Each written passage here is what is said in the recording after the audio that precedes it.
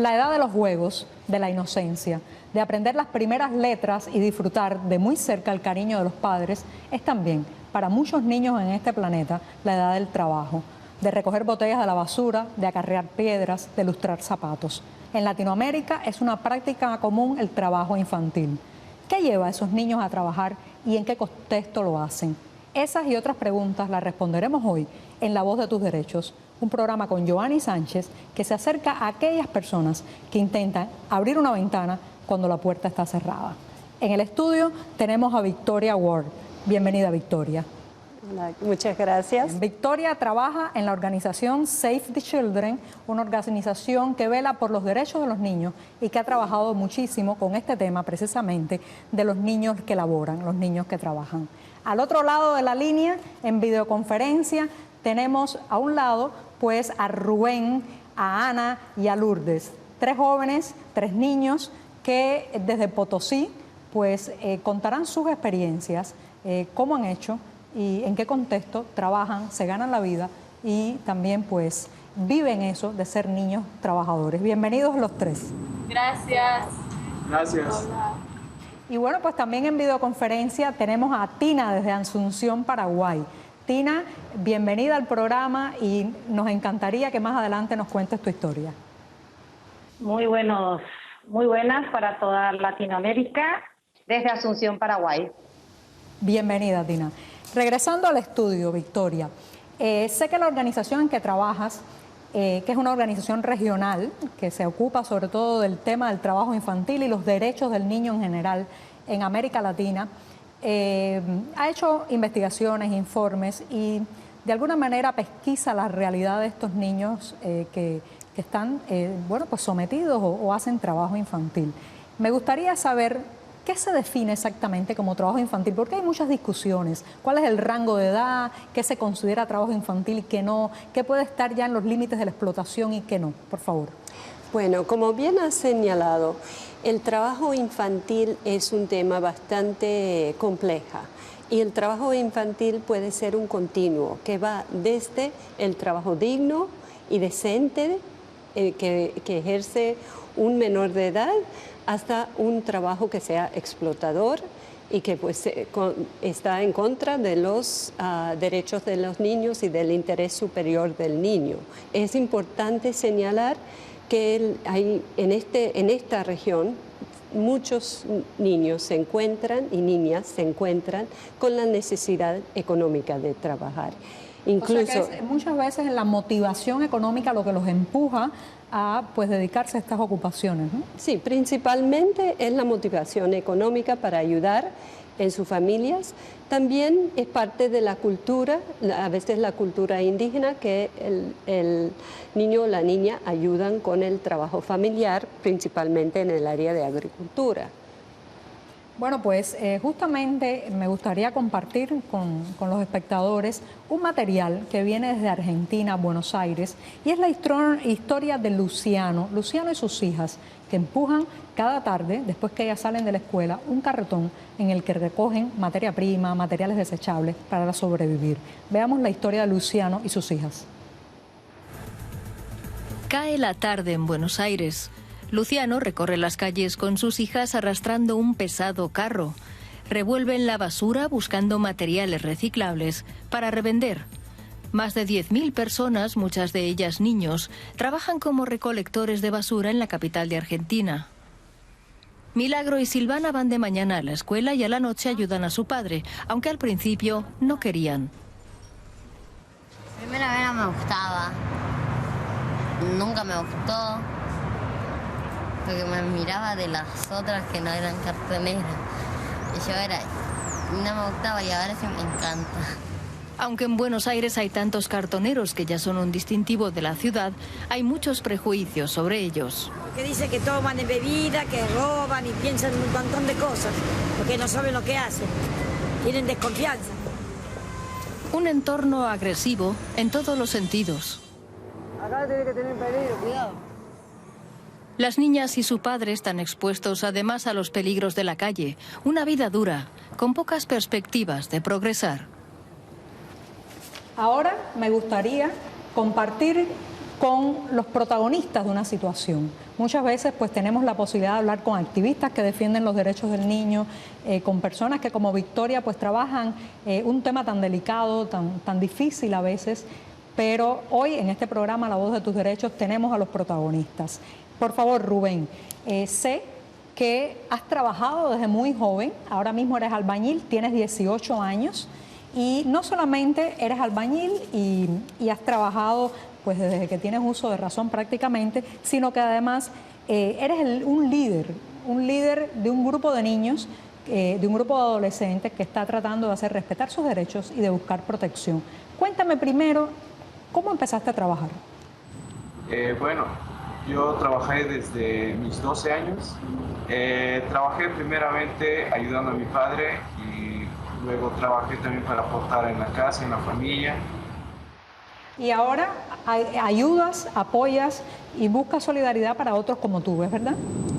Claro, estoy en parte dentro de la coordinación de los NATS, que es la coordinación de los jóvenes que recientemente se ha conformado acá en Potosí, que es la tarea de nosotros, velar por los niños y adolescentes, sobre todo por sus derechos.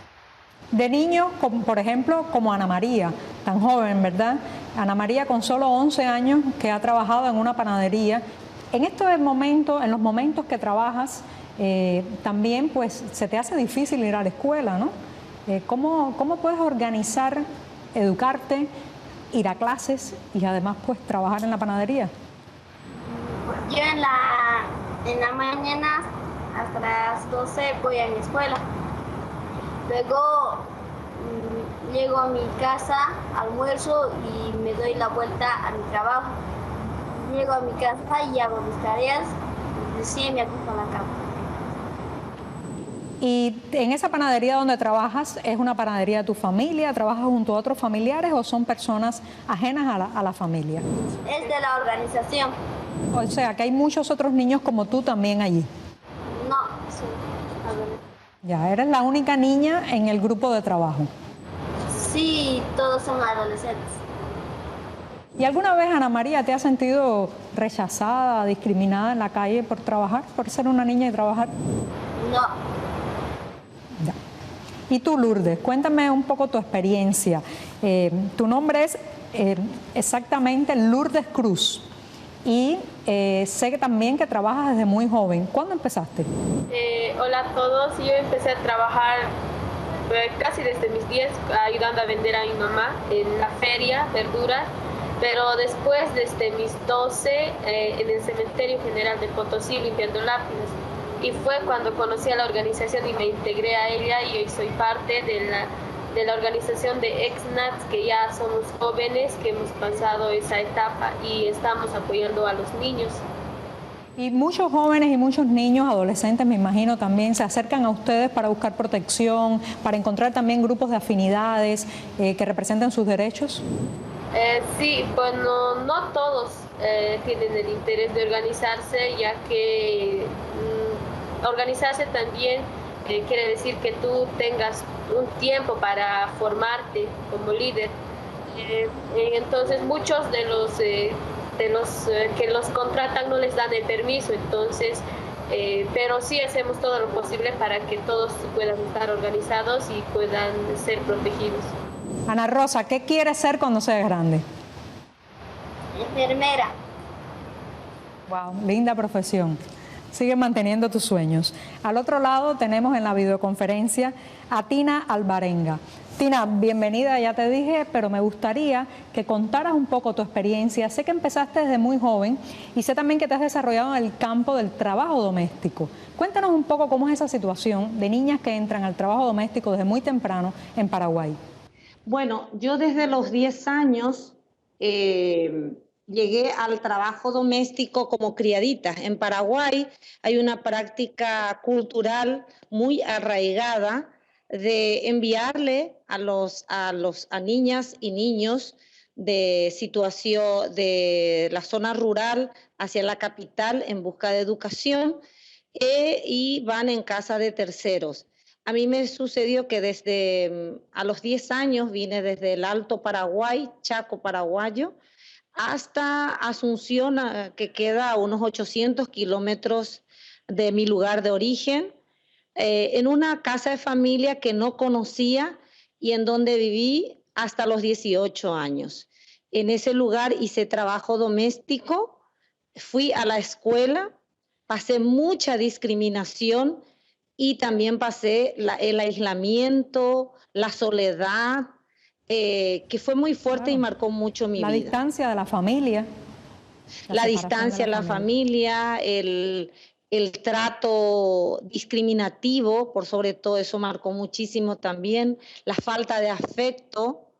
Fue unos años muy duros de tener que trabajar bastante horas como para poder solventar los gastos de ir a la escuela. Victoria, ¿cuáles son las ocupaciones en que más se ve trabajar a los niños en Latinoamérica, en el Caribe, en Centroamérica en general? Bueno, las ocupaciones más frecuentes son agricultura y trabajo doméstico.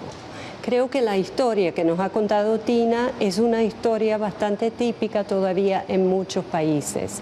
Conocemos, por ejemplo, en el caso de Haití, justamente van, como ha hecho Tina, a muy temprana edad a trabajar en una casa de familia donde muchas veces realmente la experiencia es más parecida a esclavitud y realmente de esclavitud en el sentido que no les pagan, les dan realmente solo su comida y les mantienen a la fuerza. Entonces eso es una de las áreas que, ese es un extremo.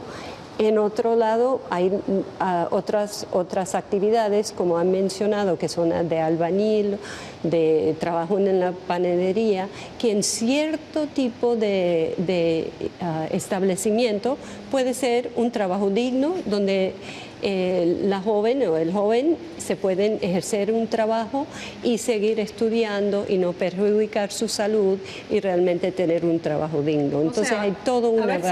A ver si entiendo, no se trata de estigmatizar que los niños hagan algún tipo de labor o algún tipo de trabajo. Se trata de llamar la atención y que salten las alarmas cuando ese trabajo empieza a conspirar contra su salud, cuando empieza a robarle horas de clase, horas de educación para superación, y cuando ya hay estas prácticas muy dañinas de explotación infantil, maltrato, violencia, cautividad o esclavitud, ¿es cierto? Exactamente, yo creo que una de las cosas que hemos visto que es estos grupos como los NATS que mencionan, los niños y adolescentes trabajadores, es una de las mejores formas de dar voz a los niños para que ellos mismos participen en un proceso de protección de sus derechos. Por otra parte, Save the Children trabaja de los NATS hace muchos años, no sabía que iban a estar aquí miembros de los NATS. Lo he leído en vuestro sitio web, tienen un sitio web con mucha información y he mirado también que colaboran, así que estamos en familia para hablar del tema, ¿no? Vuelvo a Tina porque sé que ella, además de toda esta experiencia propia que ha tenido, conoce la experiencia de otras niñas como ella que entraron al trabajo doméstico y que no tuvieron un final como el que ha tenido ella, que ha logrado superarse, que ha logrado también pues tener una conciencia de lo que le ha pasado. Lo puede contar hoy aquí en este programa, La Voz de tus Derechos, pero hay otros casos que terminan muy mal, ¿verdad, Tina? Así mismo es, y realmente es lamentable que aún en el caso de Paraguay exista todavía alrededor de 47.000 niñas, niños y adolescentes que están en el servicio doméstico como criaditas. Y hace unos meses, muy poco tiempo, tuvimos un caso extremo en donde los patrones le llegaron a matar a la adolescente de 14 años. La adolescente se llamaba Carolina. A partir de esta situación, por fin se visibiliza la temática y es visto por la población como que las criaditas o la situación del criadazgo es inadmisible y que viola todos los derechos humanos de la niñez y la adolescencia. Claro, entonces, ese lo es un triste tema es que haya tenido que ocurrir un crimen para entonces que la comunidad internacional, la comunidad pública, pues se pronuncie, ¿no? Así mismo. Y otro dato no menor que preocupa en Paraguay es justamente que de cada 10 mujeres víctimas de la trata, se estima que entre 4 y 6 mujeres han pasado por la situación del criadazgo. Y eso es realmente alarmante. Ana Rosa, déjame hacerte una pregunta. ¿Qué te ha llevado a ti a trabajar en esta panadería? O sea, ¿cuál es la motivación? ¿Por qué lo haces? Para mis padres no hay trabajo y yo también ayudo a mis papás para un poco en la casa, para los alimentos y los recreos y para la escuela. Y no me ha llevado ni mamá, nadie, yo solita fui a trabajar. Ya, muy bien. Y Lourdes, en tu caso, ¿qué te llevó a trabajar? O sea, ¿cuáles fueron las circunstancias que te llevaron a tomar esa decisión? Primero que mis papás eran migrantes del área rural, entonces ellos migraron del campo a la ciudad buscando mejores condiciones de vida. Cuando yo tenía 10 años hubo una crisis, bajaron mucho los minerales, mi papá es minero, entonces eso fue lo que me llevó a ayudar a mi mamá a vender en la feria. Y más después a trabajar en el cementerio, la misma situación, porque si uno no tiene un trabajo seguro, pues no tiene un sueldo fijo, entonces si no hay dinero tampoco comes ni estudias. Y eso fue lo que me llevó a trabajar en el cementerio general, donde trabajé 2 años. Actualmente tenemos un pequeño taller con mi mamá de confección de textiles y trabajamos ahí juntas. Me gustaría saber en la región, ¿cuáles son los países que muestran un índice mayor? Si se puede hablar de cifras también te lo agradecería, Victoria. ¿Cuáles son los países que muestran un índice mayor de trabajo infantil? Incluso de su cara más sombría, que es la explotación infantil y este tipo de trabajos denigrantes, éticamente reprobables y dañinos para la educación y la salud de los niños. Bueno, en la región en general se estima que hay más o menos unos 13 millones de niños que ejercen el trabajo infantil. Esos son datos de la OIT y siempre es complicado medir eso porque, como han mencionado muchas veces, el trabajo infantil es un trabajo informal y es difícil que entre en las cifras oficiales. Creo que en cuanto a qué países, realmente el trabajo infantil explotador existe en todos los países donde hay altos niveles de inequidad y donde hay altos niveles de pobreza. Bueno, aprovecho para recordarles que están viendo La Voz de tus Derechos, un programa con Joanny Sánchez para acercarnos a los protagonistas de estas circunstancias, de estas historias de vida, de todo esto que tenemos en nuestra enorme Latinoamérica, enorme, rica y variada Latinoamérica. Vuelvo con Tina. Tina, ¿crees que el tema del trabajo infantil, esto mismo que contabas de las criaditas, el caso Carolina, ahora se habla más en Paraguay sobre eso? ¿Los medios, la prensa, la gente en la calle, toca más el tema? Sí, ha llamado muchísimo la atención realmente en Paraguay, como ya te decía, es una práctica bastante común el criadazgo, por lo que se veía como que estaba naturalizado, estaba invisibilizado porque forma parte del ámbito doméstico, y haber iniciado un proceso de sensibilización a actores claves para que eso, y especialmente a los medios de comunicación. Ahora, con el caso Carolina, que es como un caso emblemático donde se reúne todas las características de lo que es la esclavitud de una niña que está en manos de unas personas con un poquito mayor poder económico e incluso poder político, porque estas personas que lo tenían tienen un peso político fuerte en la zona y era muy respetado. Estas personas, una era la cuidadora, era una jueza. Entonces llamaba mucho la atención de que no era el primer caso en ese lugar, sino era prácticamente el tercer caso y nunca se había hecho nada. Y la impunidad era muy fuerte en la zona, es en el interior del país. Rubén, ¿qué es lo que más necesitan ahora mismo los niños que trabajan en Bolivia? ¿Qué piensas? ¿Necesitan respeto, protección, unirse, mejores condiciones laborales? ¿Cuáles son las prioridades que ahora mismo tienen ustedes y la organización en la que trabajas? Justamente en Bolivia tiene una organización que es nacional, que se llama la UNASBO. En Bolivia la UNASBO ha encarado un sinfín de propuestas que los NASBO han realizado, tanto como los niños, los adolescentes, que la propuesta se llama Mi fortaleza es mi trabajo, que en la cual... Buen lema. Mi fortaleza es mi trabajo. Un buen lema. Sí, que se ha presentado al gobierno justamente cuando estaban tratando la ley que es el Código del Niño, Niña, Adolescente, en la cual nosotros tenemos 4 pilares muy fundamentales, la cual es el reconocimiento, que se los reconozca a los NATS, es la protección, que se los proteja a los NATS, y la promoción, que se los promueva sus derechos para que los niños también del campo puedan conocer que tienen el derecho al estudio, el derecho a la educación, el derecho a la salud, como también tienen derecho al trabajo. Muy importante. Sí, y el último, que es la defensa, que todos estos derechos no solamente puedan estar inscritos en papeles, en artículos, sino más al contrario, pueda ser más práctico y se los pueda defender a los niños, tanto también. Que se conviertan en realidades. Que todos esos derechos, exactamente todo lo que se dice que se debe hacer, pues se termine convirtiendo en la vida de Lourdes, de Ana Rosa y de Rubén. Y de Tina también, que bueno, pues es una situación que se repite y se repite por todo el continente. Y me gustaría, en ese caso, Victoria, también saber un poco cuál es la evolución de muchos de estos niños. O sea, porque a veces pensamos que entran en un ciclo de trabajar para sobrevivir, un ciclo de pobreza en el que nacen muchos de ellos.